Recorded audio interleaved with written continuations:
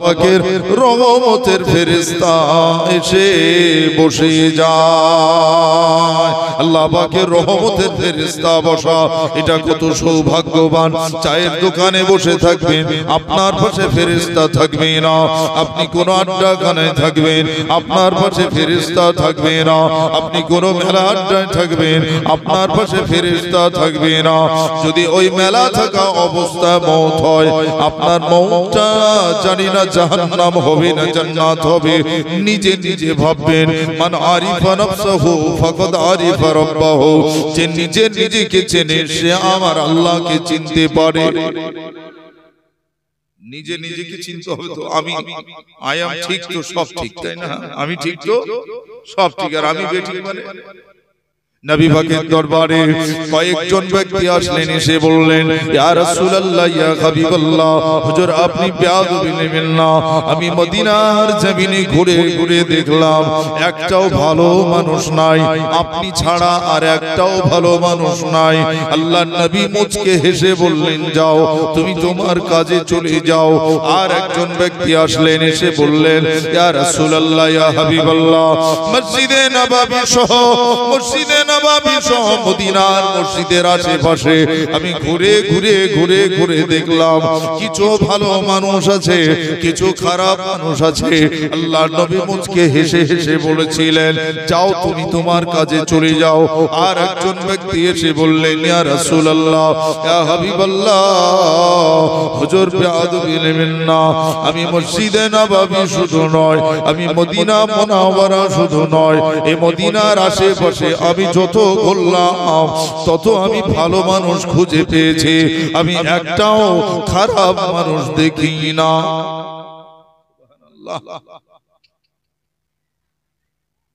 তিনজন ব্যক্তির নজর তিন রকম, তিনজন ব্যক্তির চাউনি, তিনজন ব্যক্তির দেখা, তিনজন ব্যক্তির ভাবনা, তিনজন ব্যক্তির চিন্তা তিন রকম। নবীজি উত্তর দিলেন এক রকম। নবীজি উত্তর দিলেন একরকম। নবীজি বললেন, যাও তুমি তোমার কাজে যাও। সাহাবীরা প্রশ্ন করলেন, হুজুর ওরা বর্ণনা দিল তিন রকম, উত্তর দিলেন এক রকম, এটা হয় কি করে? সোনা চাঁদ মানিক আমার, আল্লাহ নবী ওই সময় বলেন, ও আমার সাহাবীরা শুনে নাও, আমি রাসূলুল্লাহ জানিয়ে দিলাম। ও আমার সাহাবীরা তোমরা শুনে রাখো, আমি নবী তোমাদের জানিয়ে দিলাম, এই তিনজন ব্যক্তি তিন রকম। এরকম দুনিয়াতে তিন শ্রেণীর মানুষ পাওয়া যাবে। যে মানুষটার নজর খারাপ, তারা সব মানুষকেই খারাপ মনে করে। যে মানুষটার নজর কিছু ভালো কিছু খারাপ, সে নিজেই নিজে কিছু ভালো কিছু খারাপ, তাই সবাইকে কিছু ভালো কিছু খারাপ ভাবে। আর যে মানুষটা নিজে ভালো, তার নজরে যে খারাপ, তাকেও সে মানুষ হিসাবে নজরে দেখে, খারাপ বলে না। যে নিজে সব থেকে খারাপ, সে সবাইকে খারাপ ভাবে, ওর মনে সন্দেহ ছাড়া আর কিছু নাই। দেখবে ঘরে এমন এমন আত্মীয় স্বজন আছে যারা নিজের বিবিকে সন্দেহ করে, নিজের বিবিকে সন্দেহ করে, মানে ওই জিনিস, সে যে বিষয়ে সন্দেহ করে সেই বিষয়ের যন্ত্র সে, বুঝছেন না? সে নিজে ভালো হলে তো সব ঠিক, যদিও খারাপ যদি বার হয়, ভালোর পাশে খারাপ আসলে কি হবে? সেও ভালো হয়ে যাবে। ভালোর সঙ্গে যদি খারাপ কেউ মিশে কি হয়? ভালো হয়ে যাবে। আর খারাপের সঙ্গে যদি ভালো সাথ দেয় কি হবে? খারাপ হয়ে যাবে। আমি দেখতে পাচ্ছি যে খারাপ ফল, তার উপর ভালো ফল রেখে দিলাম। একদিন দুদিন তিন দিন চার দিন থাকবে, আস্তে আস্তে দেখবেন নিচে থেকে পচা শুরু হয়ে যাবে। কথা বুঝলেন না? এজন্য খারাপের সঙ্গে না থেকে ভালো সঙ্গ দেন, আপনি নিজে ভালো হয়ে যাবেন। বলেন ইনশাআল্লাহ। ভালো মন মানসিকতা তৈরি করতে হবে, ভালো মন মানসিকতা তৈরি করতে হবে। ও চন্ডিয়াটির যুবকেরা, ছেলেরা, বাচ্চারা, সব সময় মনে রেখে দেবেন, আমাদের জীবনের এমন আমল হোক যে আমলের কারণে আমার আল্লাহ যেন আমাদের নাজাত করে দেয়। আমল করে যেতে হবে। কোন আমল যে নাজাতের উসিলা হবে কেউ জানে? একটা চন্ডিহাটির যুবক ছেলে এই রাস্তা দিয়ে হেঁটে যাচ্ছিলেন। ওই ছেলেটা দেখতে পেলেন একটা ইটের টুকরা পড়ে আছে। নামাজি মুসল্লি পথে যায়, একটা কাঁটার পালা দেয়া আছে, ছেলেটা হাত দিয়ে সরিয়ে দিয়েছে। ও সোনামানি, আপনার জীবনের নামাজ আল্লাহ পছন্দ করলেন না, আপনার জীবনের রোজা আল্লাহ পছন্দ করলেন না, আল্লাহ আপনার হজটাকে পছন্দ করলেন না, কিন্তু জীবনের এমন একটা আমাল যেটা আপনি ভাবতেও পারেননি এটা আল্লাহ পছন্দ করবে। রাস্তায় পড়ে থাকা পাথরটাকে সরিয়ে দিয়েছিলেন। আল্লাহর এত ভালো লেগেছে আমার আল্লাহ ওইটাকে আমার আপনার জন্য নাজাতের ওসিলা বানিয়ে দেবেন। ছোট্ট আমলটা ছোট মনে করে যাবে, ছোট্ট আমলকে ছোট মনে করে যাবে, আর ওটাই হয়তো আমাদের নাজাতের ওসিলা হবে। সোনার চাঁদ মানিক আমার, আল্লাহ নবী বর্ণনা করেন, হে আমার সাহাবীরা শুনে নাও, সব থেকে বড় ঈমানের যত শাখা রয়েছে, ঈমানের যত ডালপালা রয়েছে, ঈমানের যত শাখা প্রশাখা রয়েছে, ওই সব থেকে সেরা শাখা হলো লা ইলাহা ইল্লাল্লাহ ওয়া আদনাহা ইমাতাতুল আযা আনিত তরিক ওয়াল হায়াউ শুবাতুম মিনাল ঈমান। সব থেকে ছোট্ট একটা শাখা হলো ঈমান বেড়ে যাবে, ঈমান মজবুতি হয়ে যাবে, সেটা হলো ইমাতাতুল আযা আনিত তরিক। রাস্তায় পড়ে থাকা কষ্টদায়ক বস্তু, ওই কষ্টদায়ক বস্তুটাকে সরিয়ে দেবে, সেটাকে তোমরা সরিয়ে দেবে, ফাঁকা করে দেবে, রাস্তায় যাতে চলতে কারো কষ্ট না হয়। কিন্তু আজকে জামানার কিছু মুসলমান আছে, পেছনের বাড়ির মানুষদের সামনে আর আসতে দেব না, বেড়া দিয়ে রাস্তা আটকে দেয়। এই মুসলমানটা নাজাত পাওয়া কঠিন হয়ে যাবে। আছে এমন আছে?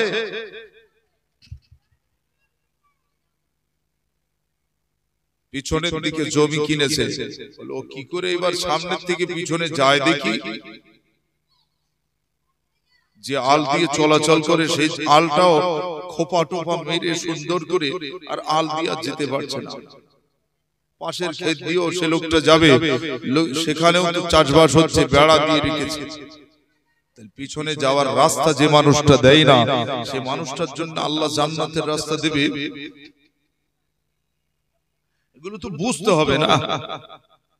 আপনার খেতে হঠাৎ কোন পাশের ক্ষেত থেকে পানি ঢুকেছে, একটুকু পানি, তাই নিয়ে ফাওড়া ছুটতেছে, বল তোর একদম মাথা ফাটিয়ে দেবো, তুই আমার খেতে পানি দিলি কেন? এরকম হয় না? হয় না?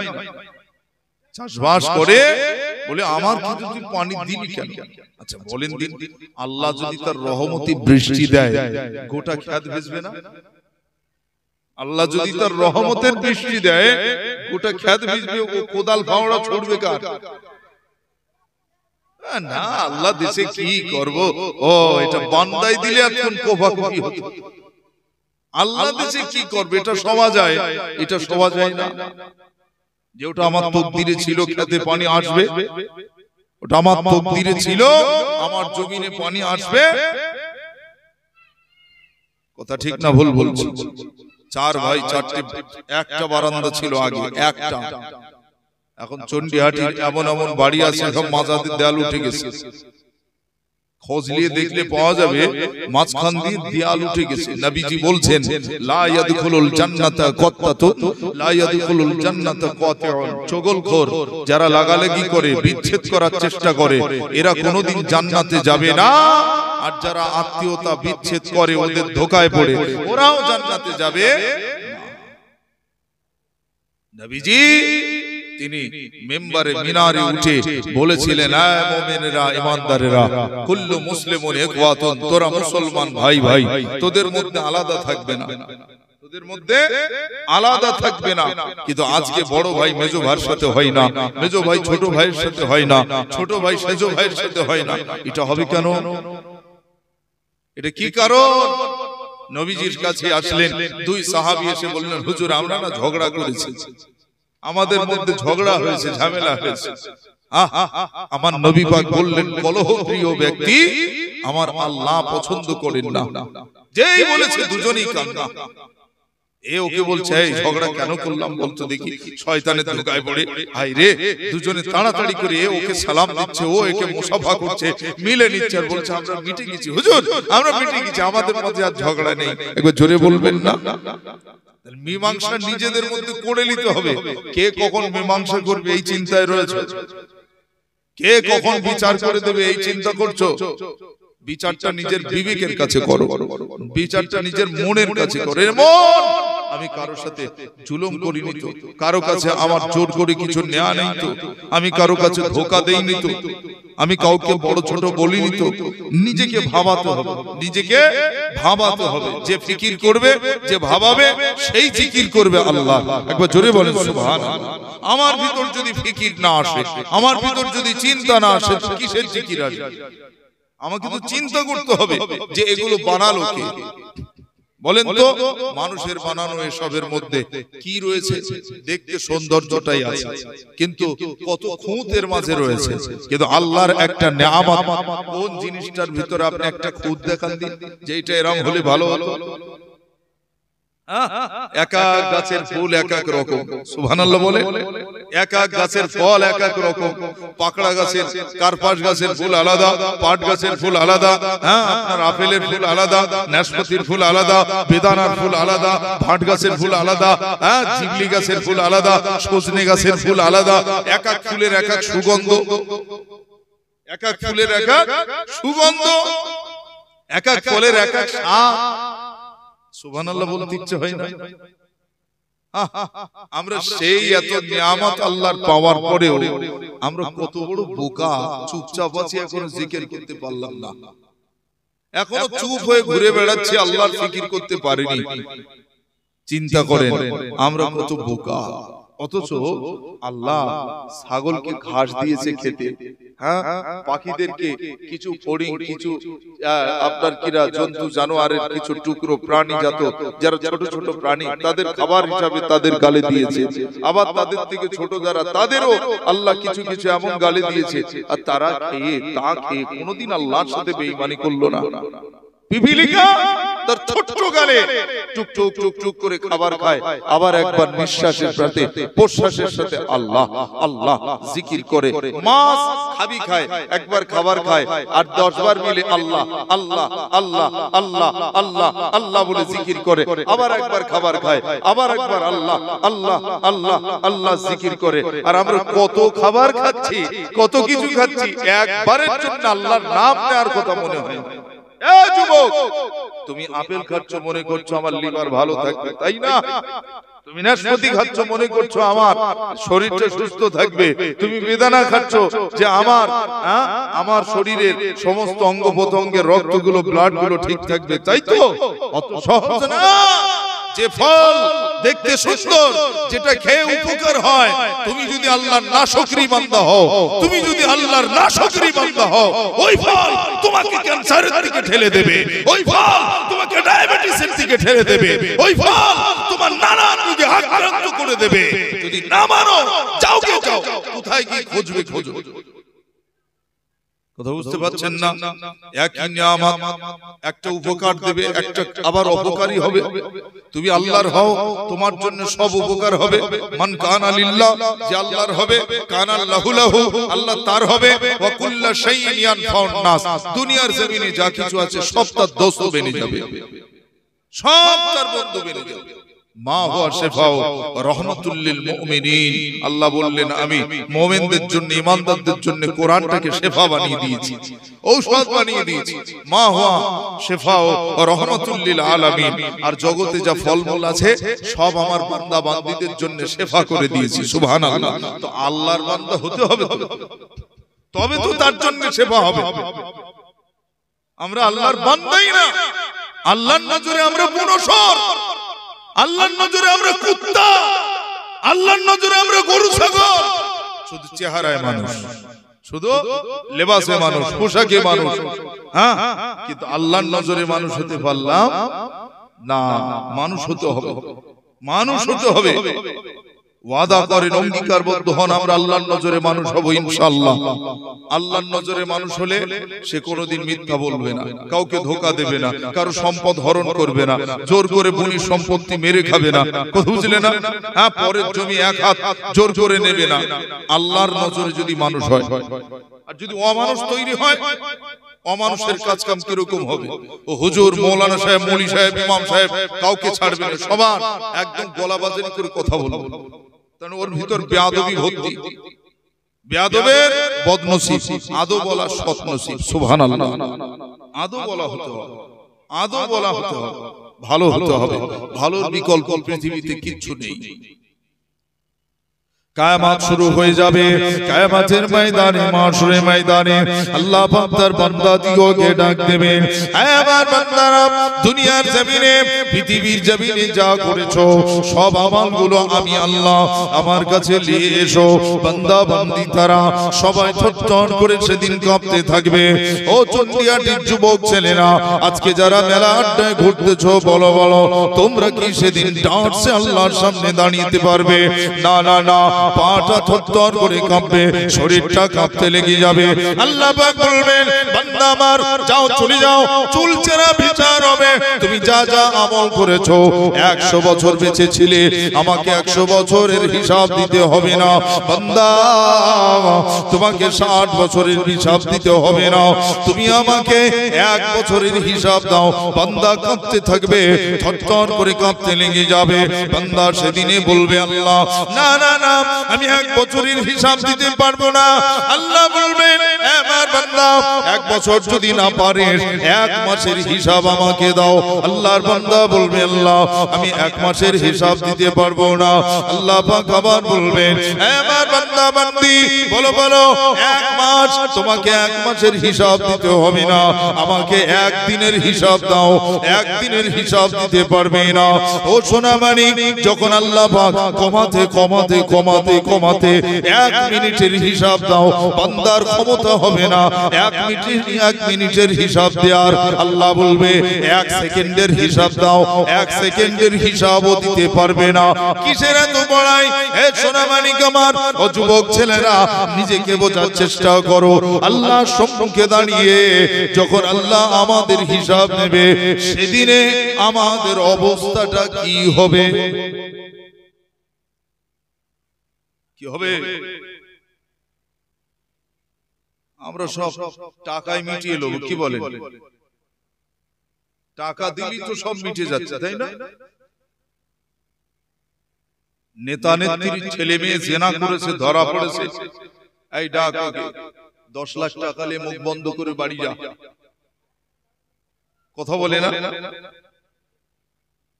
তুই গরিব মানুষ, তোর মেয়ে সুন্দর হয়েছে, আমার ছেলে তোর মেয়ের সাথে জেনা করেছে, 10 লাখ টাকা নিয়ে বাড়ি যা, হচ্ছে না? হয় না? ও টাকা দিলে সব মিটে যাবে, তো আল্লাহর কাছে যে টাকা দিলে সব মিটে যাবে, আল্লাহর কাছে খাটবে? চুল চেরা হিসাব নেবে, চুল চেরা, যারা যারা পরিমাণ হিসাব হবে। ফামান ইয়ামাল মিসকালা যাররাতিন খায়রান ইয়ারা ওয়া মান ইয়ামাল মিসকালা যাররাতিন শাররান ইয়ারা। এ শোনা, তোমার জীবনে তুমি যে অপরাধ করেছো, অন্যায় করেছো, এখন বসে বসে ভাবো, কিয়ামতের মাঠে সেদিন আমাকে আপনাকে সেই আমলগুলো তুলে তুলে দেখানো হবে। আজকে ছেলেরা লাইভ করছে, সব দেখতে পাবে, গোটা বিশ্বের মানুষ আজ দেখছে, বাংলা ভাষাভাষীর মানুষ, কথা বুঝছেন না? আরব আমিরাত থেকে, কুয়েত থেকে, কাতার থেকে, ইন্দোনেশিয়া থেকে, চীন, জাপান থেকে, আমেরিকা থেকে, সমস্ত বিশ্বে, গোটা বিশ্বে মুসলিম বাঙালি আছে না নাই? তারা সব সেখান থেকে দেখছে, চন্ডিহাটির গ্রামে, সেখানে ইসালে সওয়াব হচ্ছে ভারতবর্ষের জমিনে, পশ্চিম বাংলা, এমন করে দক্ষিণ 24 পরগনা জেলার ভিতরে একটা ব্লক রয়েছে, ভাঙ্গড় ব্লক, 2 নম্বর ব্লকের মধ্যে একটা গ্রাম আছে, থানা আছে কাশীপুর, সেই থানার আন্ডারে একটা গ্রাম আছে চন্ডিহাট। সেই চন্ডিহাটির ভিতরে কিছু মানুষ বসে ওয়াজ নসিহত শুনছে, হুজুর ওয়াজ করছে, এটা সবাই দেখতে পাচ্ছে না ভাই? সবাই দেখছে। ঠিক এইরকম ভাবে সেদিনও আল্লাহ দেখাবে, তোমার আমল তুমি নিজে দেখতে পাবে। যেমন এখন চোখ বন্ধ করে কিছুক্ষণ একটু চুপ থেকে নিজের অন্তরের ভিতরে যে আয়না রয়েছে ওই আয়নায় চেয়ে দেখো তুমি কি কি গুনাহ করেছো, সব ভেসে উঠতেছে। উঠছে না ওঠে না? চোখ বন্ধ করে দেখো, বাইরের চোখ বন্ধ, ভিতরের চোখটাই দেখো কি কি করেছি সব মনে পড়তেছে। সোনা চাঁদমানি কামার এমন গুনাহ আমরা করেছি যে গুনার কথা আব্বাকে বলা যায় না, এমন পাপের কাজ করেছি যে পাপের কথাটা মাকে বলা যায় না, যে পাপের কথাটা আব্বাকে বলা যায় না, যে অন্যায়ের কথাটা মাকে বলা যায় না। এমন অন্যায় করেছি নিজের পাশে শুয়ে থাকা বিবি, আদরের বিবি, যে বিবি আমাকে রান্না করে দেয়, আমার জামা কাপড়টা পরিষ্কার করে, আমার ঘর সংসারটা এত সুন্দর গুছিয়ে রাখে, সেই বিবিকেও বলা যায় না। এমন এমন গুনাহ আমরা করেছি। এ সোনা মানিক, নিজের ছেলে বড় হয়ে গেল, ওই ছেলেটাকে আদর করে কাছে ডেকে নিজের জীবনের এমন গুনাহ আছে যে গুনার কথাটা আপনার ছেলের সাথেও বলতে পারবেন না। যদি বেটাকে বলেন, যদি ছেলেকে বলেন, আপনি আপনার ছেলেকে যদি গুনার কথা বলেন সে বাপ হিসেবে মানবে না।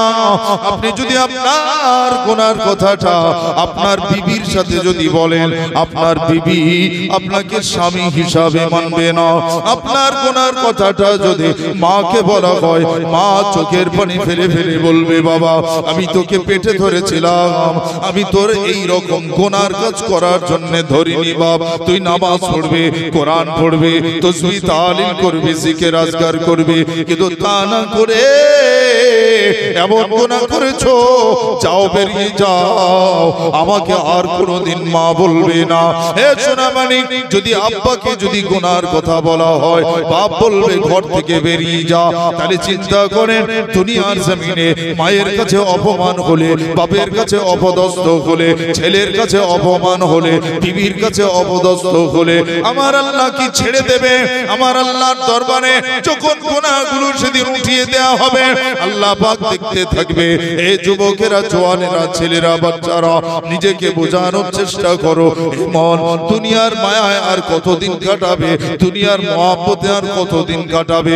নিজেকে একটু বাদে আমার শরীরে থাকা দামি পোশাক, আমার শরীরে থাকা দামি কাপড়ের জামা, এত দাম, এত কাপড়ের স্যুট শার্ট, আমি যেই মারা যাব চোখটা বন্ধ হয়ে যাবে, আমার স্টাইলের চুলটা কাটা বন্ধ হয়ে যাবে, আমার স্টাইল বন্ধ হয়ে যাবে, আমার শরীরের দামি লিবাস, দামি পোশাকটা খুলে নেওয়া হবে। আমার বুটটার দাম ছিল 2500 টাকা, এত দামি বুট আর কারো দেখানো যাবে না।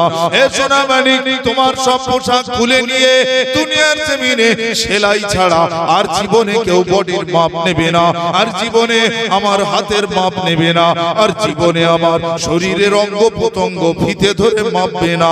এ সোনার চাঁদমানিক আমার এমন করে সেলাই বিহীন কাপড় আমার আপনার শরীরে পরিয়ে দিয়ে রেখে আসবে। তখন সব স্টাইল, সব বাহাদুরি, সব কি হবে? ওখান থেকে শুরু হবে। তো ওখান থেকে শুরু হবে। আমার গায়ে কাশ্মীরি শাল, আমার গায়ে কত দামি কাপড়, কি দাম। ভাইকে আবার বলি, ভাই এই কাপড়টা নিচ্ছে 280 টাকা মিটার, মানে বেশ শোনাচ্ছে যে আমি এইরকম একটা দামি কাপড় পরি। এরকম আছে না নাই? হ্যাঁ, 2 টাকার মাল কিনলে 10 টাকার গর্ব করে, 2 টাকার মাল কিনলে 10 টাকার গর্ব করে। আমার সোনার চাঁদমানিক আমার, যদি জীবনটা বদলাতে পারি আল্লাহর দয়া নসিব হবে, জোরে বলেন ইনশাআল্লাহ। আর যদি যদি বদলাতে না পারি সব বেকার। এই যা শুনছে সব বেকার। শুনে তো শুনে শুনে আজ আমরা সব হাফেজ হয়ে গেছি। কোন ঘটনা বলবো আপনাদের?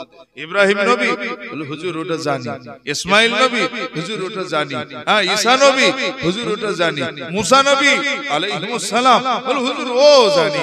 হ্যাঁ, এরকম করে কত নবী পয়গম্বরদের ঘটনা যতই যাই বলি সব আপনাদের জানা মুখস্থ। ওজুর কথা যদি বলা হয়, ওজু দেখ ওই হুজুরের দাওয়াত করেছি, শুধু ওজু শেখাচ্ছে, শুধু ওযু শেখাচ্ছে, গোসল শেখাচ্ছে, এই কি ওয়াজ হলো?